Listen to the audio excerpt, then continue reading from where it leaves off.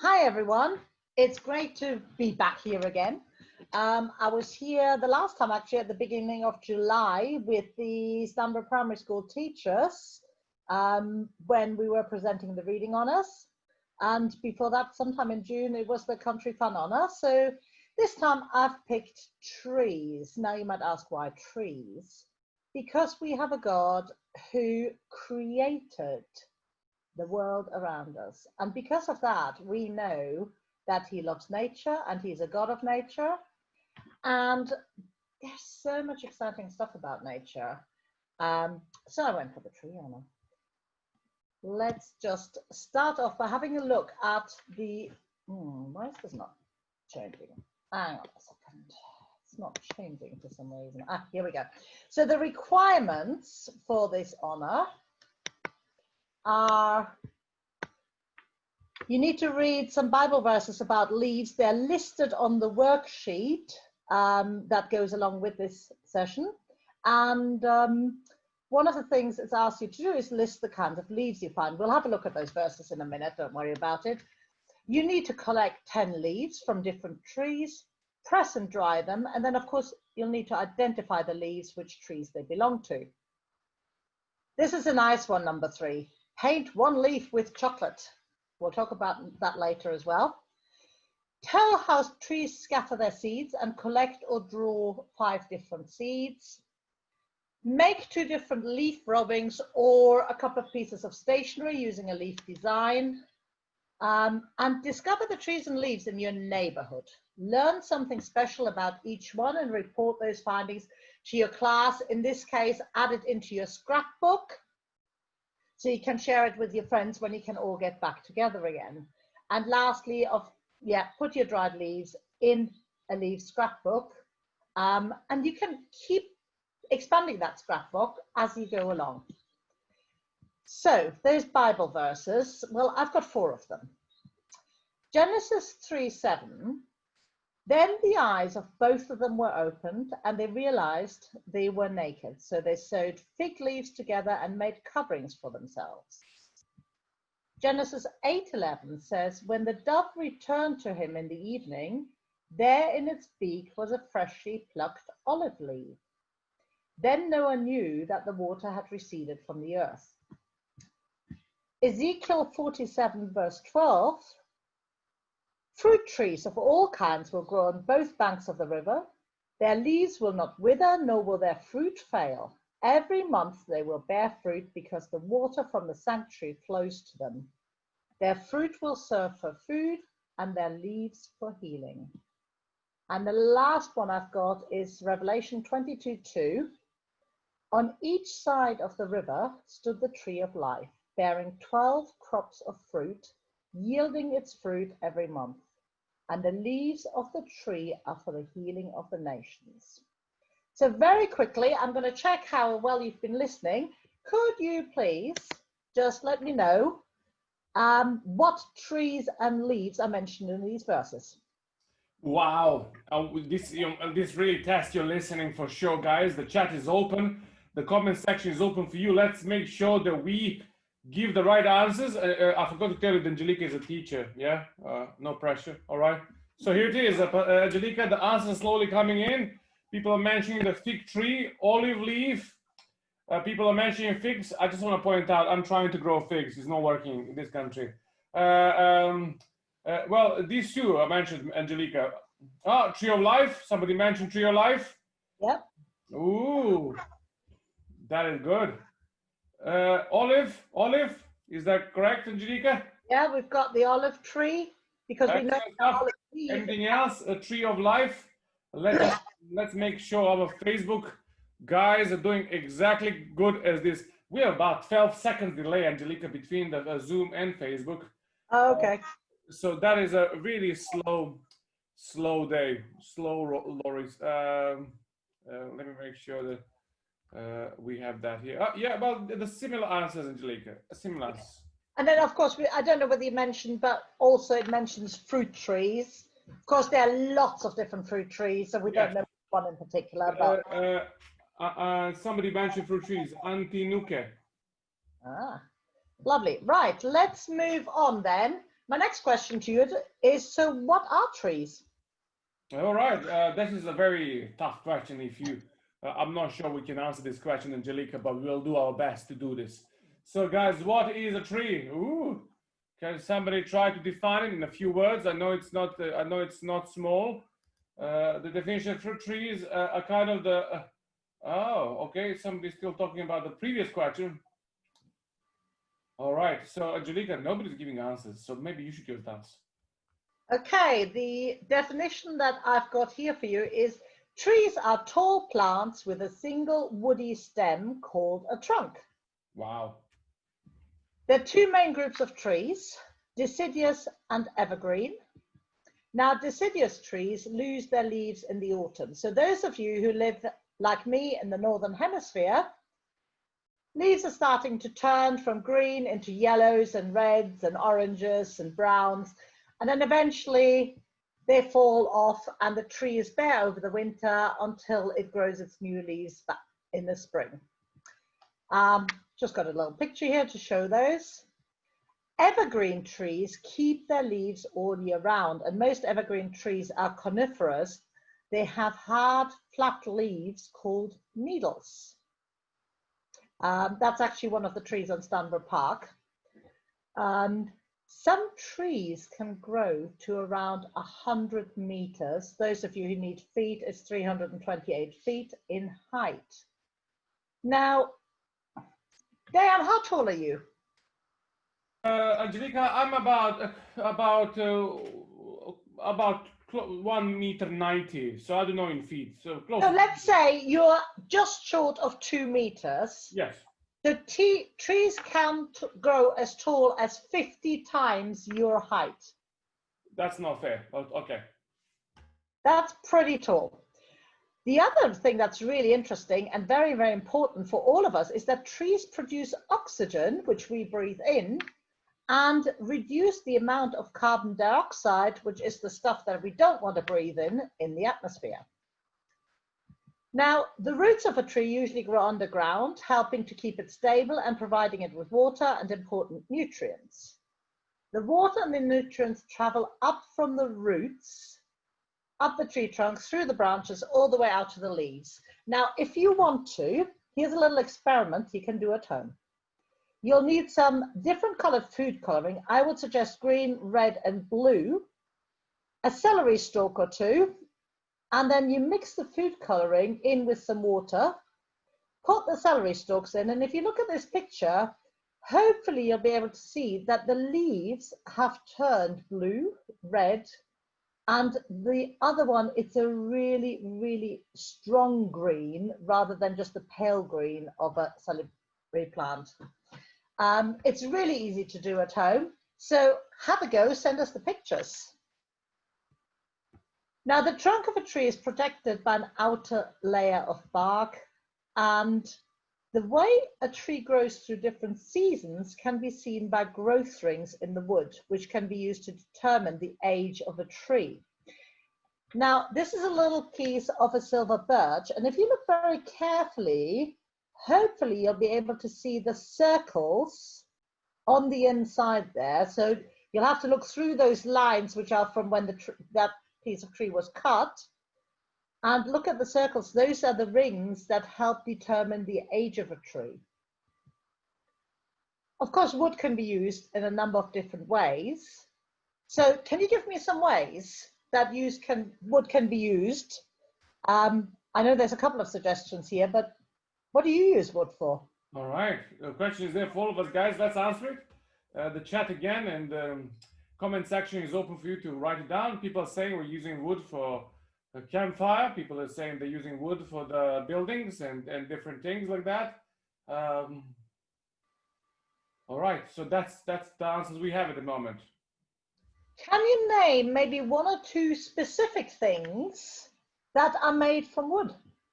All righty, what things are made from wood, people? I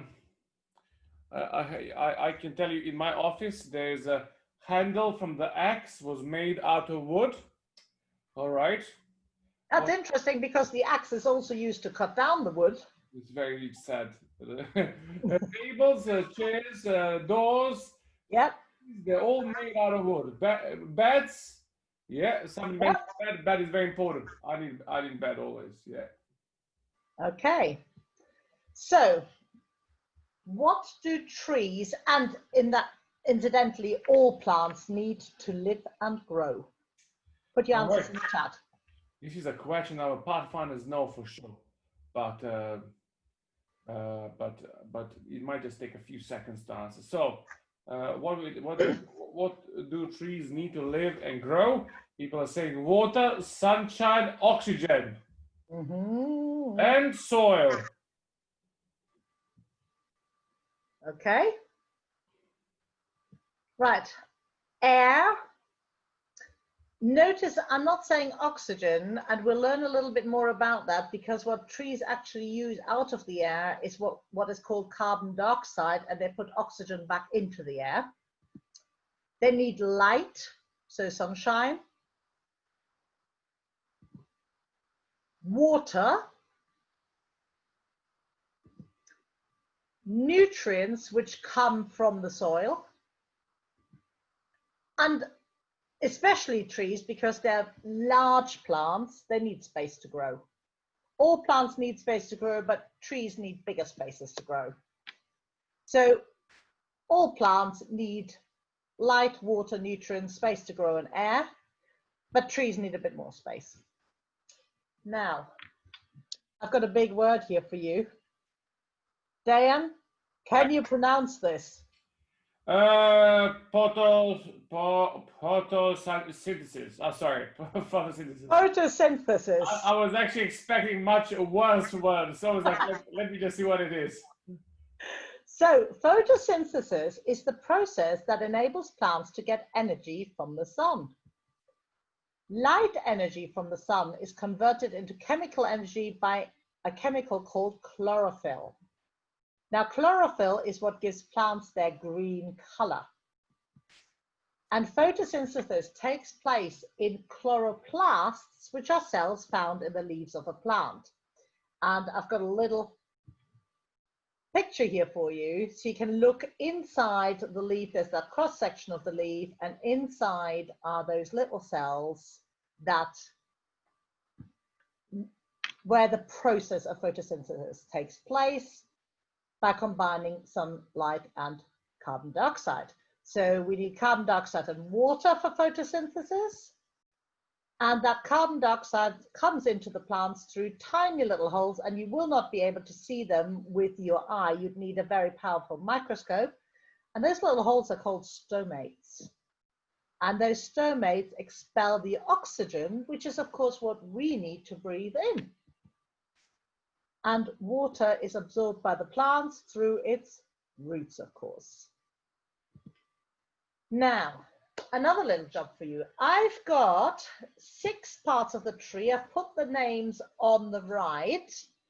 I need you to tell me which goes in which 1, 2, 3, 4, 5, 6 in which position on the diagram. All right, so we're going to start with the number 1. So what is the right answer for the number 1? You have the options on the right hand side. What is number 1? Just to not confuse. So number 1, if you're able to see, okay, what do you say? Number 1, people are saying, okay, we're waiting for for more answers to come in. People are saying, okay, all right, it's very interesting. So it's not very clear, but people are saying it is number 1 is leaves. Interesting. Because it is quite difficult to see, but if you look at number 1, those arrows indicate the whole green bit of the tree. It's actually called the crown. It is a crown. So people are changing their mind right now, Angelika, and they're all saying it's a crown. So then number 2, we're just pointing into the green.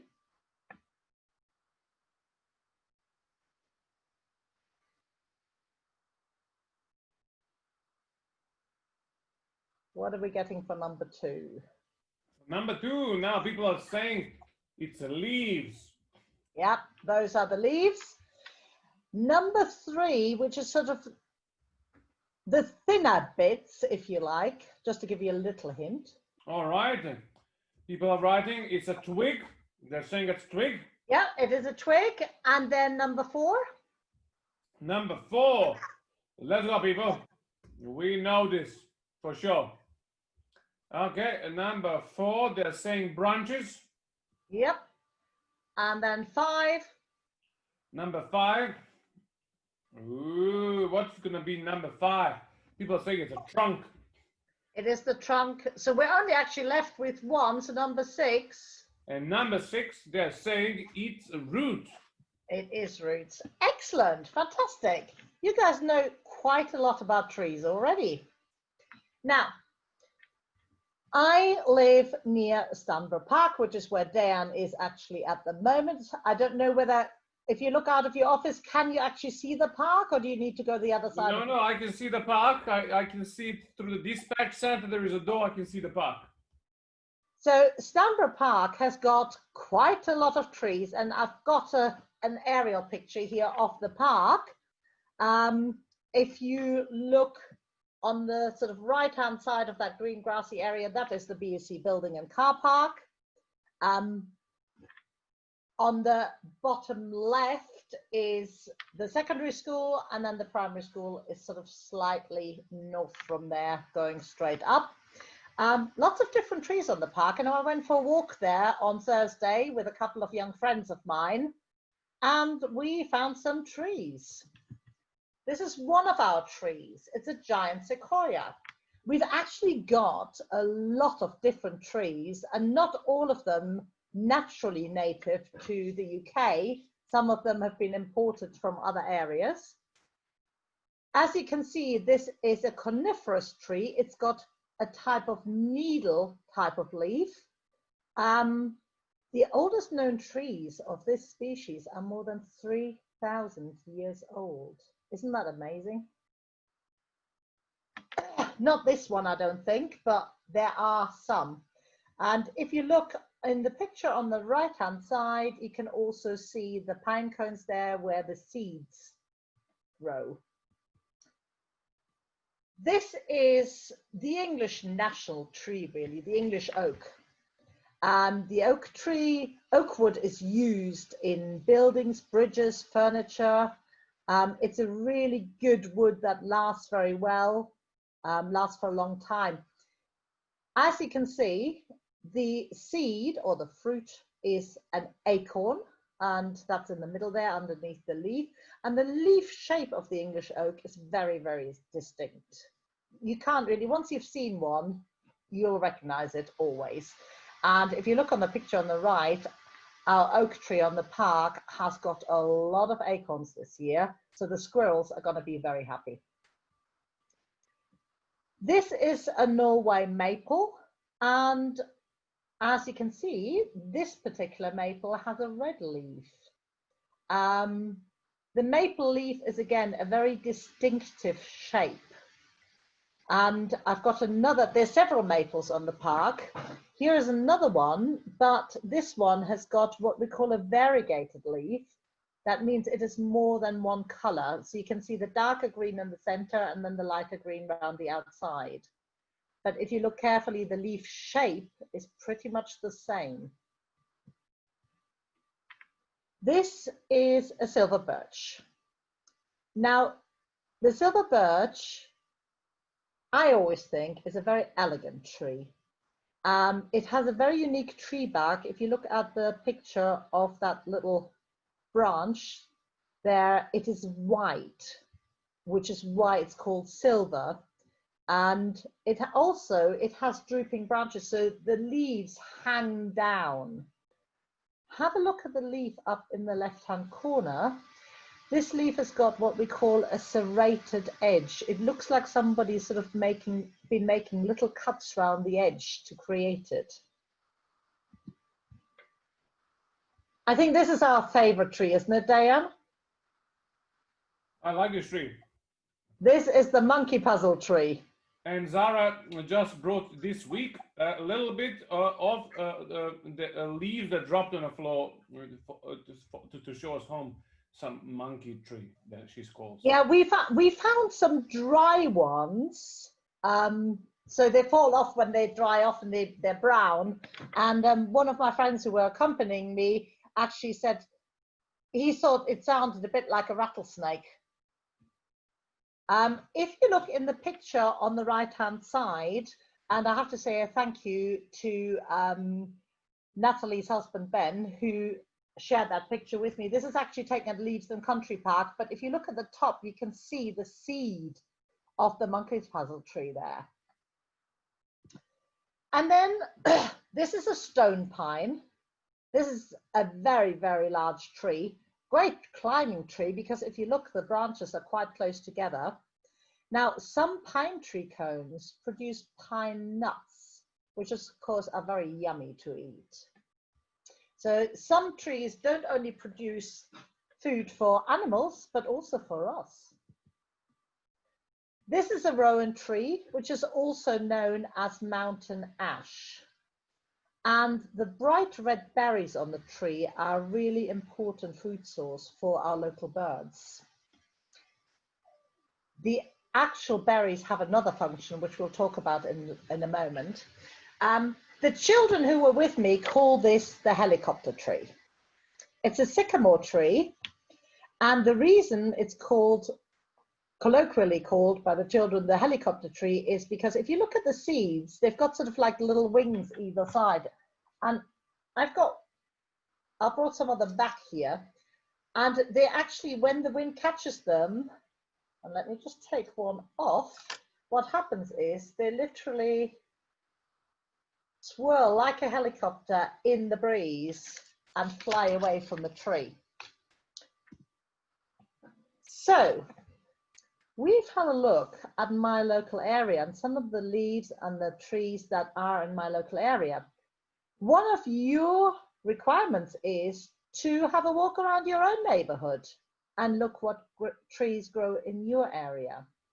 You'll need to collect 10 leaves from different trees and press and dry them. Now, I've put some instructions on the right-hand side here, how to do that. You put the leaves flat between a couple of sheets of kitchen roll or some other absorbent paper, and then put them in the middle of a heavy book and leave them for about 3-4 weeks, about a month, till they get really dry and all the moisture's out of them, and then you can glue them into your scrapbook and obviously identify them, tell us the name of them, write about some interesting facts about them that you found out. So that's your identifying of leaves. Now I said I'd get back to this, which is seed dispersal, because trees have a bit of a problem. They're very big, and if their seeds are to have a good chance of survival, they need to spread their seeds to a new location away from the parent tree. So how do you think they do this without being able to move? Because trees are stuck in the ground by their roots. So how can trees spread their seeds far away from them? It's a question for all of us, and I know we know the answer. All right, so please put it in the chat. Okay, people are saying wind. Yeah. People are saying water. Yeah. Oh, somebody said number 2. Yes. Animals. Number 2. That's it.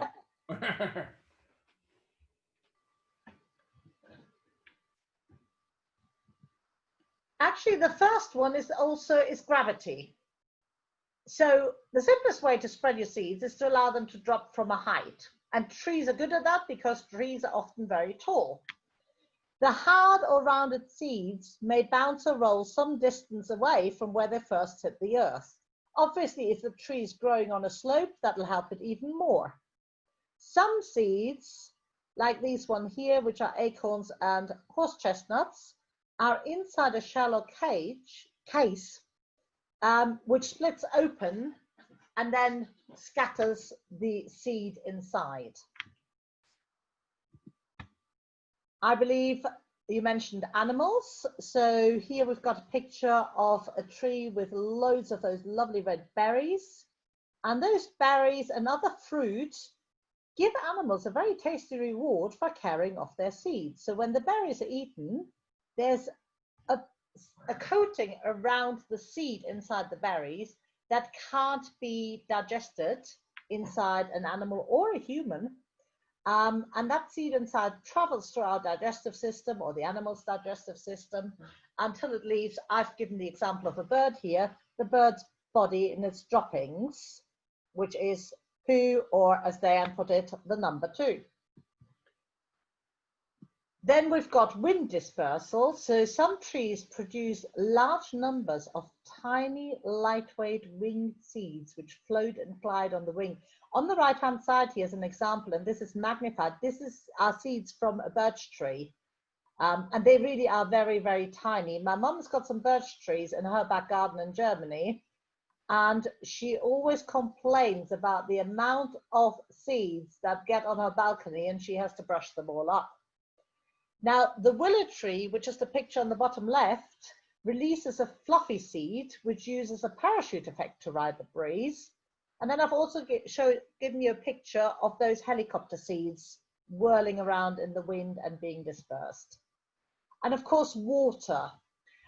One of the great examples of seed dispersal by water is the coconut from a palm tree. So the coconut, because it has a hollow space inside, actually floats on the water until it's carried to land somewhere else. And as you can see in the second picture there, a new palm tree starts growing out of it.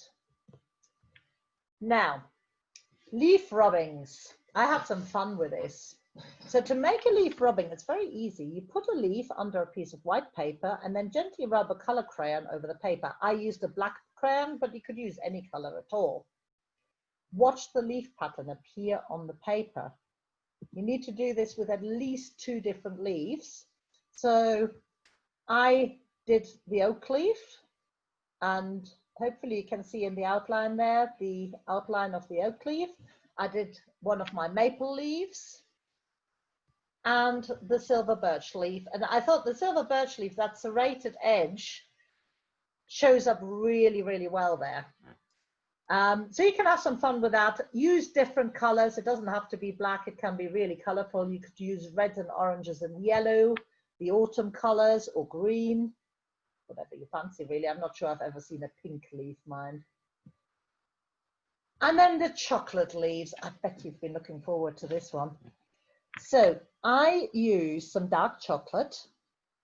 I picked some leaves. Now, good leaves are leaves that have got very distinct deep veins. So things like maple leaves, leaves from a bay tree, or a rose. I know a rose is a bush, really, although you do get some rose trees, but they work really well. You'll need some wax paper, a brush. I've got quite a big one there, but if you've got a smaller brush, that's good. A glass bowl and a saucepan. And here's what we did. So we melted some dark chocolate in a glass bowl over some boiling water. Now, I've put a very important note here. When you do that, please, please ask an adult to help you with this. I don't want anybody getting burnt.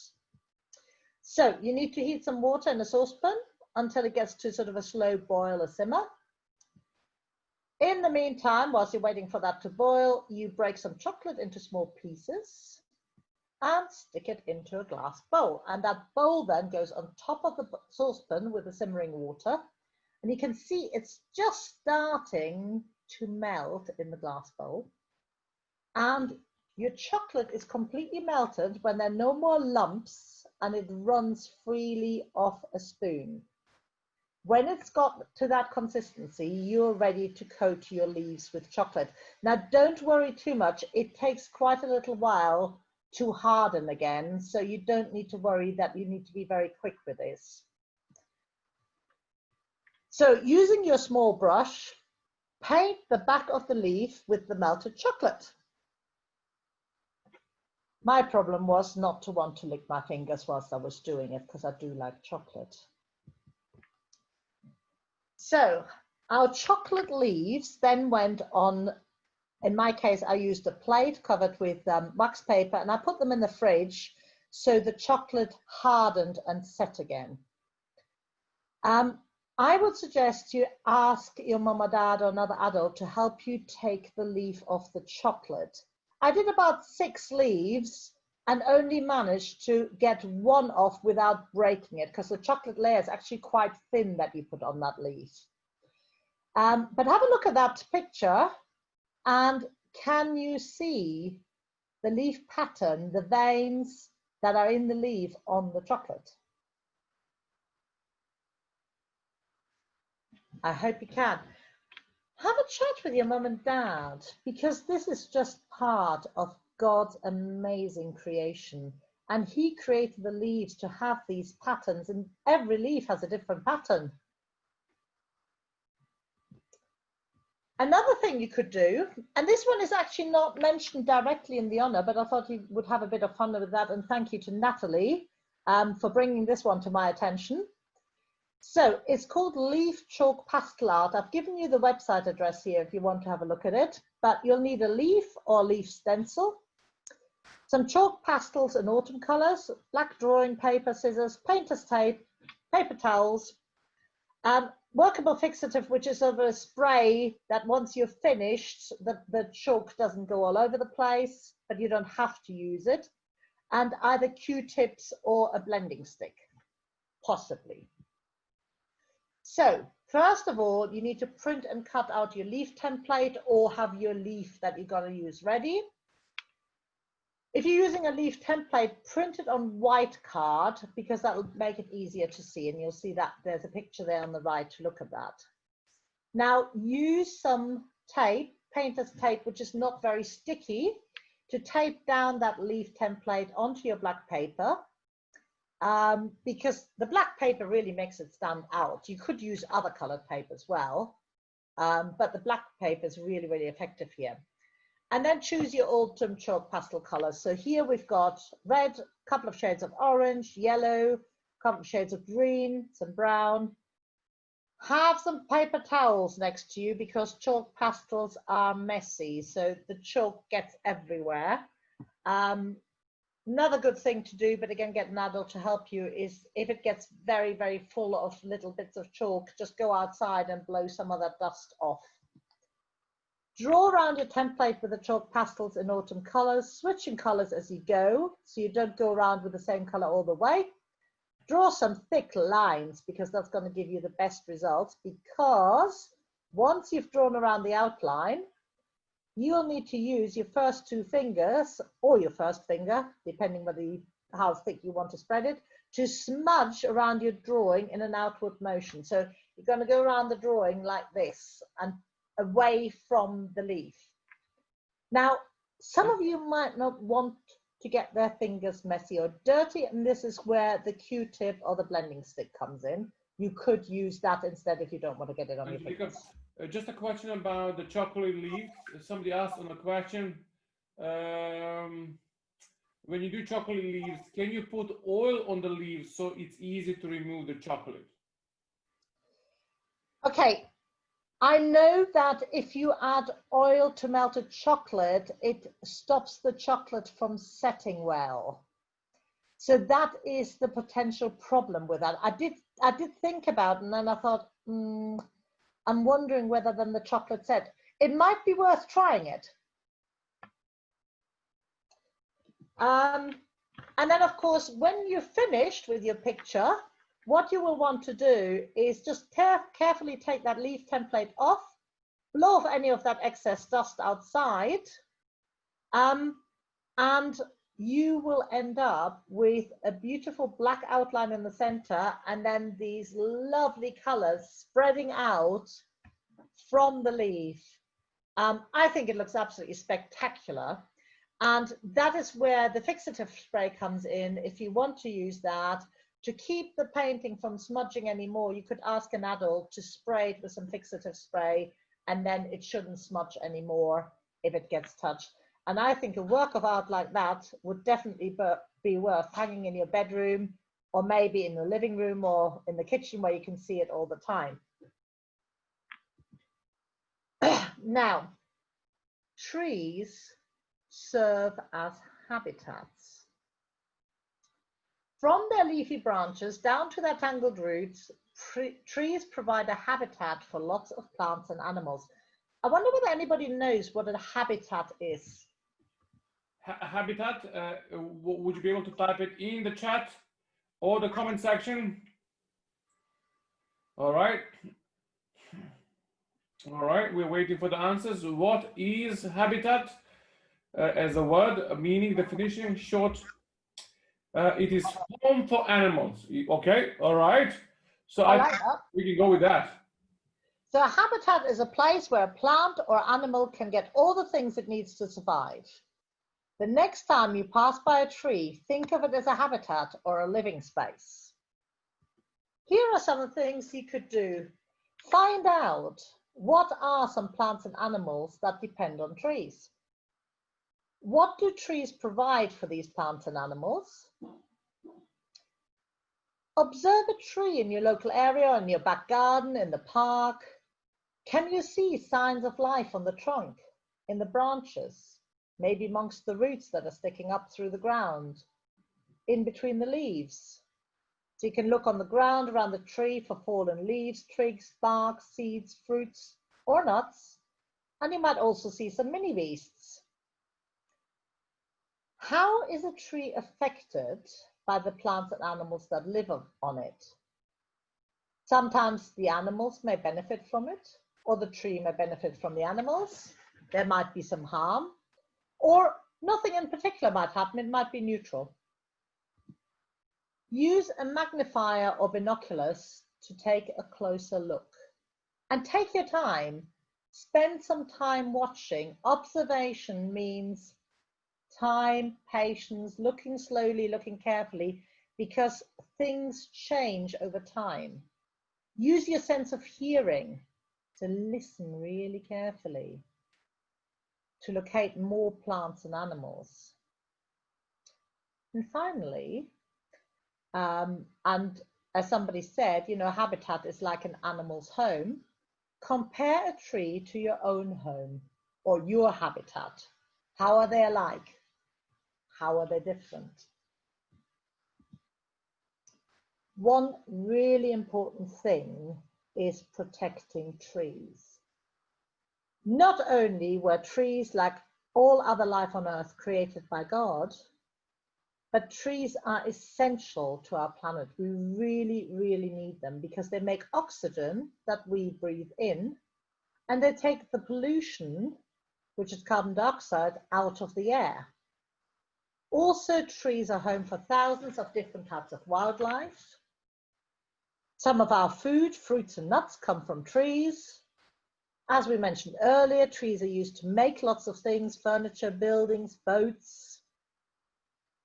But unfortunately, because of that, around the world, too many trees are being cut down.